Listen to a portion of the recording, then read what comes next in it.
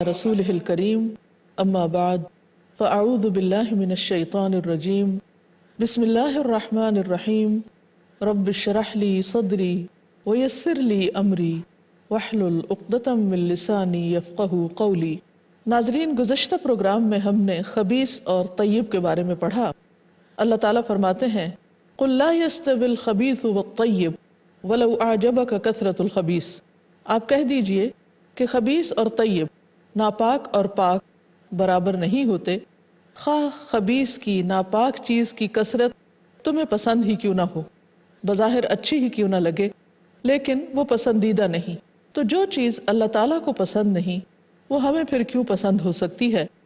اور ہماری یہ بھرپور کوشش ہونی چاہیے کہ ہم اپنی زندگی سے ہر طرح کی ناپاک چیزوں کو باہر نکال دیں۔ ناپاک چیزوں کو، ناپسندیدہ چیزوں کو باہر نکالنے کا عمل تزکیہ کہلاتا ہے۔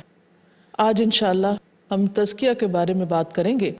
تزکیہ کا عمل تطہیر کا عمل ہوتا ہے، پاک کرنے کا عمل۔ جب انسان اپنے آپ کو پاک کرتا ہے، اپنے سوچوں کو، اپنی گفتگو کو، اپنے معاملات کو، اپنے رزق کو، کھانے پینے کو، اپنی نگاہوں کا تزکیہ کرتا ہے، اپنے سماعت کا، گویا اپنی پوری زندگی کا، تو یہ سب کچھ اللہ سبحانہ وتعالیٰ کی نظر میں پسندیدہ ہوتا ہے۔ یہ سب کچھ انسان کو اللہ کی توفیق سے خود ہی کرنا پڑتا ہے، یعنی اس کے لیے محنت کرنی پڑتی ہے، اگرچہ اللہ تعالیٰ نے ہماری مدد کے لیے بہت سے اسباب ضرور پیدا کیے ہیں، لیکن جب تک انسان خود اس تزکیے کے لیے راضی نہ ہو، خود اس کے لیے محنت نہ کرے تو بات نہیں بنتی۔ اس کے لیے قرآن مجید میں اللہ تعالیٰ فرماتے ہیں وَمَن تَزَكَّىٰ فَإِنَّمَا يَتَزَكَّىٰ لِنَفْسِهِ، اور جس نے پاکیزگی اختیار کی اس نے اپنے ہی نفس کے لیے پاکیزگی اختیار کی، یا اپنے ہی نفس کو پاک کیا، یا اس کا فائدہ خود اسی کو ہوگا۔ یعنی ایسا کرنا انسان کے اپنے فائدے میں ہے، اور اس سے دور رہنا انسان کے لیے نقصان دہ ہے، کیونکہ قرآن مجید کی دیگر آیات سے بھی ہمیں پتہ چلتا ہے کہ کامیاب وہی ہے جو تزکیے کا عمل کرتا ہے۔ قد افلح من زکاہا، یقیناً کامیاب ہو گیا وہ جس نے اپنے نفس کو پاک کر لیا۔ اسی طرح ایک اور جگہ پر فرمایا قد افلح من تزکا، یقیناً کامیاب ہوا وہ جس نے تزکیہ کیا۔ تو گویا تزکیہ ہماری زندگی میں نہایت ضروری عمل ہے۔ ہم اپنے آس پاس دیکھتے ہیں مادی زندگی میں، تو ہمیں مسلسل ہر چیز کی صفائی کی، پاکیزگی کی ضرورت رہتی ہے۔ مثلاً اپنے آس پاس کی فضا یا ماحول کو دیکھیں تو ہر شخص آلودگی کی شکایت کرتا ہے، پولوشن کی بات ہر ایک کی زبان پر ہوتی ہے۔ اسی طرح ہم اپنے جسم کو بار بار دھوتے ہیں، صاف کرتے ہیں، اور ظاہری طہارت کا بھی اہتمام کرتے ہیں۔ اسی طرح کھانے پینے کے معاملے میں، باقی تمام زندگی میں پیوریفیکیشن کا عمل نہایت ضروری ہوتا ہے۔ ہم سب یہ بات اچھی طرح جانتے ہیں کہ اگر آلودہ فضا ہو تو یہ انسان کی جسمانی صحت کے لیے نقصان دہ ہوتی ہے۔ پانی کی آلودگی انسان کو بیمار کر دیتی ہے۔ تو یہ کیسے ہو سکتا ہے کہ انسان کی سوچوں میں آلودگی ہو، شرک یا نفاق کی آمیزش ہو، اس کے دل میں آلودگی ہو، اس کے اندر برے جذبات پروان چڑھ رہے ہوں، یا پھر اس کے اخلاق میں پاکیزگی نہ ہو؟ تو یہ تمام چیزیں نہ صرف یہ کہ اس کی آخرت کے لیے نقصان دہ ہیں، بلکہ اس کی دنیا کے لیے بھی نقصان دہ ہیں۔ ایسا انسان انسانوں کے لیے ایک مصیبت بن جاتا ہے جو پاکیزگی کا عمل اختیار نہیں کرتا۔ اس لیے دنیا اور آخرت کی کامیابی کا انحصار اس پر ہے کہ انسان تزکیہ کے عمل سے خود کو گزارتا رہے۔ ہم دیکھتے ہیں کہ تزکیہ عربی زبان میں دو طرح استعمال ہوتا ہے، ایک تطہیر کے معنی میں اور دوسرے تنمیہ یعنی بڑھوتری کے معنوں میں۔ اسی طرح لغت میں تزکیہ کو دو طرح ڈیفائن کیا گیا ہے، تخلیہ اور تحلیہ۔ تخلیہ کا معنی ہوتا ہے کسی چیز کو خالی کرنا، اور تحلیہ کا معنی ہوتا ہے کسی چیز کو بیوٹیفائی کرنا۔ ہمیں اپنی ذات کے ساتھ یہ دونوں چیزیں اختیار کرنی، ایک طرف اپنے اندر سے برے خیالات، برے اخلاق اور برا طرز عمل نکالنا ہے، اور دوسری طرف اپنے آپ کو مسلسل سجانا،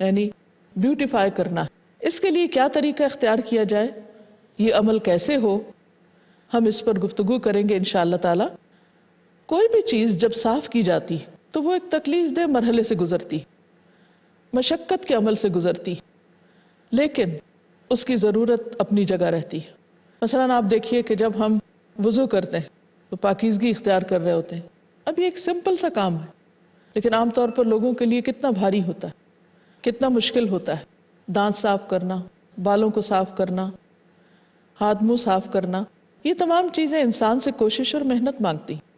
ظاہری جسم پر یا ماحول کے اندر جس طرح کی بھی گندگی ہوتی ہے وہ انسان کو نظر بھی آ جاتی ہے۔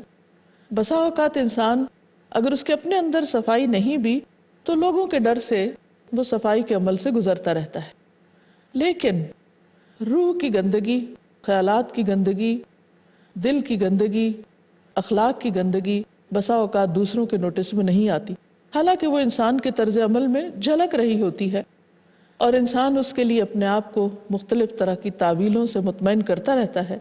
لیکن حقیقت یہ ہے کہ انسان بہت مرتبہ یا کثرت کے ساتھ اپنے اندر کی طہارت اور تزکیے سے غافل رہتا ہے۔ تزکیہ تمام پیغمبروں کی ذمہ داری رہی۔ ہم دیکھتے ہیں کہ ابراہیم علیہ السلام نے جب نبی صلی اللہ علیہ وسلم کی آمد کے لیے، اپنی ذریت میں سے ایک رسول کی آمد کے لیے دعا کی تو انہوں نے صرف یہ نہیں دعا مانگی کہ اے رب میری اولاد میں سے ایک رسول بھیج، بلکہ تفصیل کے ساتھ دعا مانگی، اے ہمارے رب ان میں ایک رسول بھیج جو ان پر تیری آیات کو پڑھے اور ان کا تزکیہ کرے۔ اللہ تعالیٰ نے ابراہیم علیہ السلام کی دعا قبول فرمائی، اور سورۃ آل عمران میں اللہ تعالیٰ فرماتے ہیں آیت نمبر 164 میں، لَقَدْ مَنَّ اللَّهُ عَلَى الْمُؤْمِنِينَ اذ بعث فيهم رسولا من انفسهم يتلو عليهم آياته ويزكيهم ويعلمهم الكتاب والحكمة وإن كانوا من قبل لفي ضلال مبين، کہ بلا شبہ اللہ تعالیٰ نے مومنوں پر بہت بڑا احسان کیا کہ ان کے درمیان انہی میں سے ایک رسول اٹھایا جو ان پر اللہ کی آیات پڑھتا ہے، ان کا تزکیہ کرتا ہے، انہیں کتاب و حکمت کی تعلیم دیتا ہے، حالانکہ اس سے پہلے یہی لوگ کھلی گمراہی میں مبتلا تھے۔ جیسا کہ ایک حدیث میں بھی آتا ہے، نبی صلی اللہ علیہ وسلم نے فرمایا انما بعثت لاتمم مکارم الاخلاق، اور ایک روایت میں آتا ہے صالح الاخلاق، آپ نے فرمایا کہ مجھے عمدہ اخلاق کی تکمیل کے لیے بھیجا گیا ہے، یعنی لوگوں کے اخلاق سنوارنے کے لیے بھیجا گیا ہے۔ موسیٰ علیہ السلام کو اللہ تعالیٰ نے جب فرعون کی طرف بھیجا تو صرف توحید کی دعوت نہیں دی، بلکہ یہ بھی کہا کہ حل لک الی ان تزکا، کہ کیا تم تزکیہ اختیار کرو گے۔ تو گویا تمام پیغمبروں نے ان لوگوں کا جن کی طرف وہ مبعوث کیے گئے، جن کو انہوں نے اللہ سبحانہ وتعالیٰ کی طرف بلایا، ان کو صرف تعلیم ہی نہیں دی، اس کے ساتھ ساتھ ان کا تزکیہ بھی کیا، ان کے اخلاق اور کردار کو بھی سنوارا۔ آج بھی ہم سب مسلمانوں کے لیے لازم ہے کہ ہم دین کو جاننے کے ساتھ ساتھ اسے سب سے پہلے اپنی زندگیوں میں نافذ کریں، اور اپنے ظاہر کے ساتھ ساتھ اپنے باطن کا بھی تزکیہ کریں، کیونکہ یہ کافی نہیں کہ ہم صرف ظاہری ریچولز یا صرف ظاہری قوانین اور ظاہری چیزوں کو اپنی زندگی میں نافذ کریں اور اپنے اندر کو بھول جائیں، کیونکہ وہ لوگوں سے چھپا ہوا ہے۔ جب ہمارے اندر یہ احساس ہوتا ہے، یہ یقین ہوتا ہے کہ اللہ تعالیٰ ہماری نگرانی کر رہے ہیں اور ہماری سوچ، ہماری بول، ہماری تمام چیزیں اس کی نگاہ میں ہیں اور وہ پاکیزگی کو ہی پسند کرتا ہے، تو یقیناً پھر ہماری یہ کوشش بہت تیز ہو جائے گی کہ ہم اس اپنے رب، خالق اور مالک کے معیار پر پورے اتریں۔ اس کے لیے ہمیں مسلسل اپنے محاسبے کی ضرورت ہے، اپنی برائیوں، اپنی غلطیوں، اپنی خامیوں پر نظر رکھنے کی ضرورت ہے۔ ہم سب پر لازم ہے کہ دن کے ایک حصے میں جو بھی ہمارے لیے سہولت کا ہو، صبح ہو یا شام ہو، اپنے اعمال پر ضرور نظر ثانی کریں، اپنا محاسبہ کریں، اور جو بھی برائیاں ہیں ان میں سے ایک ایک پر باقاعدہ ورک کریں اور ان کو اپنے اندر سے نکالنے کی کوشش کریں۔ حضرت عمر بن خطاب سے روایت ہے، وہ کہتے ہیں کہ لوگوں اپنے نفسوں کا محاسبہ کرو اس سے قبل کہ تمہارا محاسبہ کیا جائے. یعنی اگر آج ہم اپنا تزکیہ نہیں کرتے، اپنی برائیوں کو دور نہیں کرتے، تو ایک دن ان کا حساب تو ہونا ہے. اور کہا اور بڑی پیشی کے لیے تیار ہو جاؤ، یعنی رب العالمین کے سامنے کھڑے ہونے کے لیے. قیامت کے دن اس آدمی کا حساب آسان ہوگا جس نے دنیا میں ہی اپنا حساب کر لیا. یعنی اگر آج ہم اپنا حساب ساتھ ساتھ کرتے چلے جائیں، اپنی غلطیوں کی اصلاح کر لیں اور اچھے اعمال اور اچھے اخلاق کی طرف توجہ دیں، تو انشاءاللہ قیامت کے دن حساب آسان ہو جائے گا. میمون بن مہران سے منقول ہے، انہوں نے کہا کہ بندہ اس وقت تک پرہیزگار شمار نہیں ہوتا جب تک اپنے نفس کا محاسبہ نہ کرے جس طرح اپنے شریک سے کرتا ہے کہ اس نے کہاں سے کھایا اور کہاں سے پہنا. یعنی جس طرح انسان دوسروں کو بڑی گہری نظر سے دیکھتا ہے، ان کے اعمال پہ نظر رکھتا ہے، اس سے زیادہ اپنے اعمال پر نظر رکھنے کی ضرورت ہے. عبداللہ ابن عمرو ابن العاص کہتے ہیں کہ ہم نے کہا اے اللہ کے نبی صلی اللہ علیہ وسلم، کون سا آدمی سب سے افضل ہے؟ یعنی انسانوں میں اچھا کون ہے؟ آپ نے فرمایا صاف دل والا اور زبان کا سچا. لوگوں نے کہا اے اللہ کے نبی صلی اللہ علیہ وسلم، زبان کے سچے کو تو ہم جانتے ہیں، لیکن صاف دل کون ہوتا ہے؟ یعنی کس کو ہم کہیں گے کہ وہ صاف دل ہے؟ آپ نے فرمایا پرہیزگار، پاک صاف، جس کے دل میں نہ گناہ ہو، نہ بغض ہو، نہ حسد ہو. تو دل کا تزکیہ کب ہوگا؟ کہ جب اس کے اندر سے بغض، حسد اور گناہ دور ہو جائیں گے. گناہوں میں سب سے بڑا گناہ کیا ہے؟ شرک. اور اس کی جڑ، بنیاد بھی دل کے اندر ہوتی ہے کہ انسان اللہ رب العزت کے علاوہ دوسروں کی عظمت کا احساس بھی دل میں رکھتا ہے جتنا اللہ تعالیٰ کا رکھنا چاہیے، یا وہ جتنی محبت اللہ تعالیٰ سے کرتا ہے اتنی محبت اور چیزوں سے بھی کرتا ہے.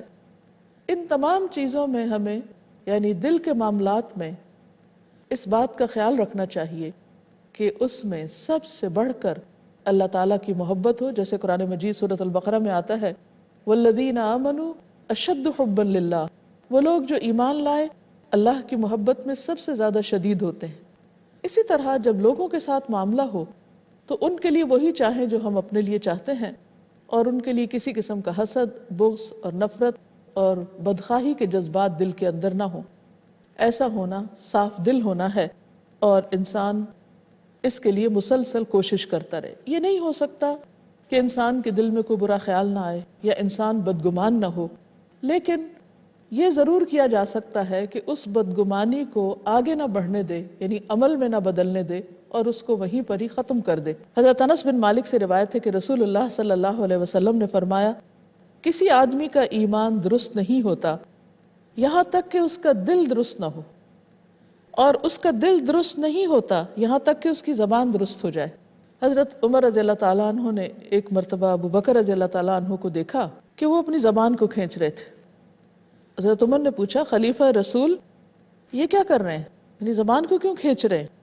انہوں نے کہا یہ مجھے ہلاکت گاہوں کی طرف لے جاتی ہے. رسول اللہ صلی اللہ علیہ وسلم نے فرمایا جسم کا ہر حصہ اللہ تعالیٰ سے زبان کی تیزی کی شکایت کرتا ہے. یعنی باقی اعضاء جو ہیں وہ ہاتھ جوڑتے ہیں یا منتیں کرتے ہیں کہ ہمارے معاملے میں اللہ سے ڈرو، کیونکہ تمہاری غلطیوں کی وجہ سے ہم سب کو بھی سزا ملے گی. تو اس لیے تزکیہ کے عمل میں دل کے بعد زبان کی صفائی اور ستھرائی بہت ضروری ہے، کیونکہ نبی صلی اللہ علیہ وسلم نے فرمایا جب ابن آدم یعنی کوئی انسان صبح کرتا ہے تو اس کے جسم کے سارے اعضاء زبان سے کہتے ہیں کہ ہمارے معاملے میں خدا کا خوف کر، اگر تم سیدھی رہیں تو ہم بھی سیدھے رہیں گے، اور اگر تم ٹیڑھی ہو گئی تو ہم بھی ٹیڑھے ہو جائیں گے.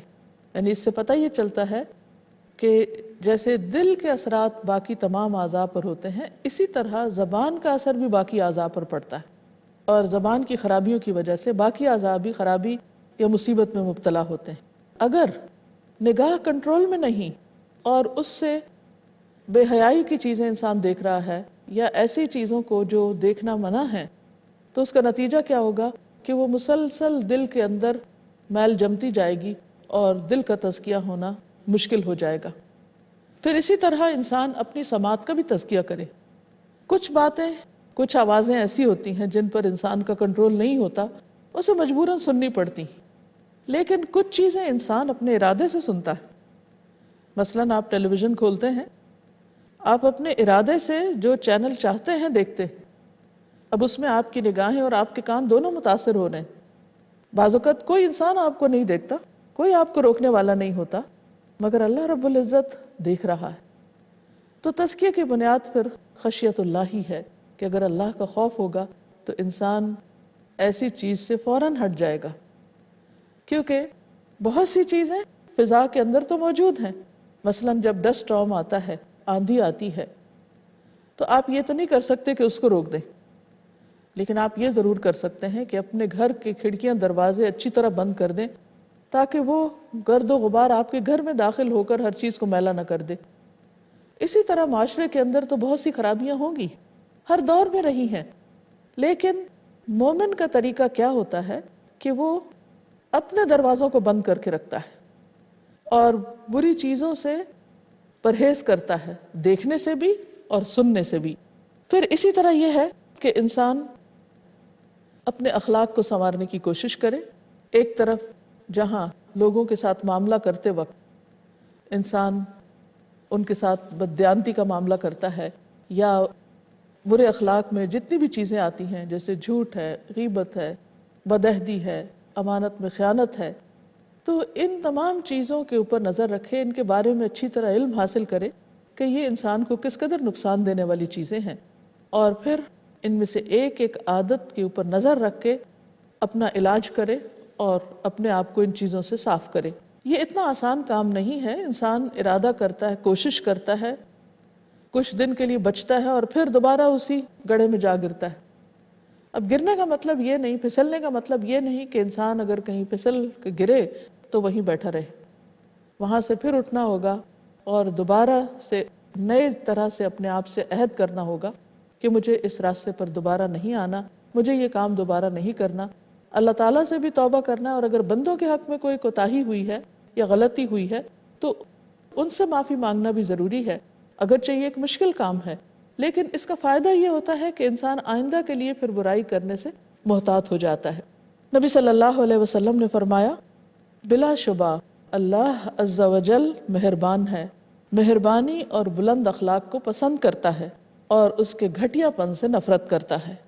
اس لیے نبی صلی اللہ علیہ وسلم یہ دعا پڑھا کرتے تھے، اللہم انی اعوذ بک من منکرات الاخلاق والاعمال والاہواء، اے اللہ میں تجھ سے برے اخلاق، برے اعمال اور بری خواہشات سے پناہ مانگتا ہوں، یعنی تو مجھے اپنی حفاظت میں رکھ۔ اسی طرح تزکیہ کا عمل اس وقت تک مکمل نہیں ہو سکتا جب تک کہ انسان اپنی خوراک اور اپنے پیٹ کی حفاظت نہ کرے اور اس میں طیب کو اختیار نہ کرے۔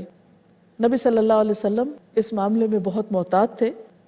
ایک حدیث کا مفہوم کچھ یوں ہے، شداد بن اوس کی بہن ام عبداللہ نے ایک مرتبہ نبی صلی اللہ علیہ وسلم کو طویل دن سخت گرمی کی وجہ سے افطاری کے وقت دودھ کا ایک پیالہ بھیجا کہ آپ اس سے سیراب ہوں۔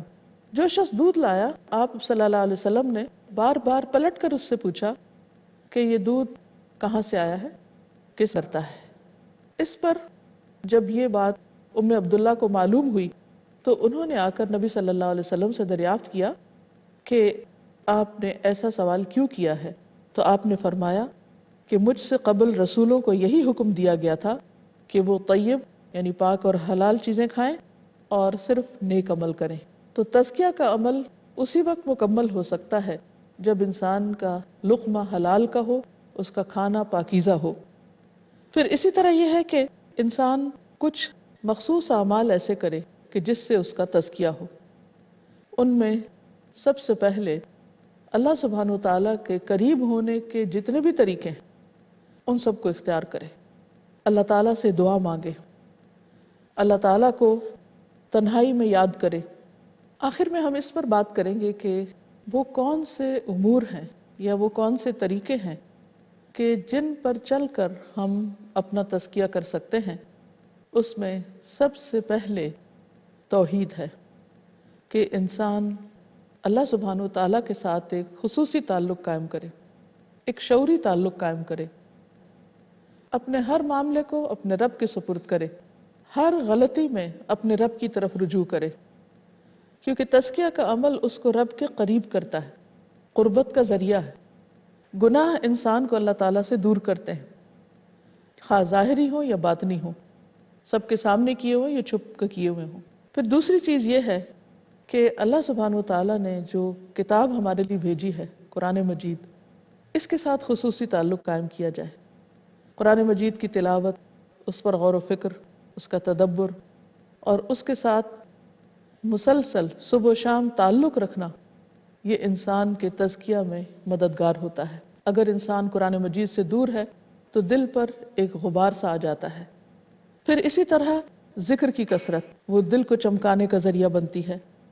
نمازوں کی پابندی، خصوصاً قیام اللیل، خواہ تھوڑا سا ہی کیوں نہ ہو، محاسبہ نفس، آخرت کی یاد، موت کی یاد، قبروں کی زیارت، یعنی انسان کو آخرت کی یاد دلاتی ہیں وہ۔ اسی طرح صالحین کی سیرت کا مطالعہ، کیونکہ یہ تمام چیزیں انسان کے تزکیہ کے عمل کو آسان کرتی ہیں۔ اللہ تعالیٰ سے دعا ہے کہ وہ ہمیں بہترین عمل کی توفیق عطا فرمائے۔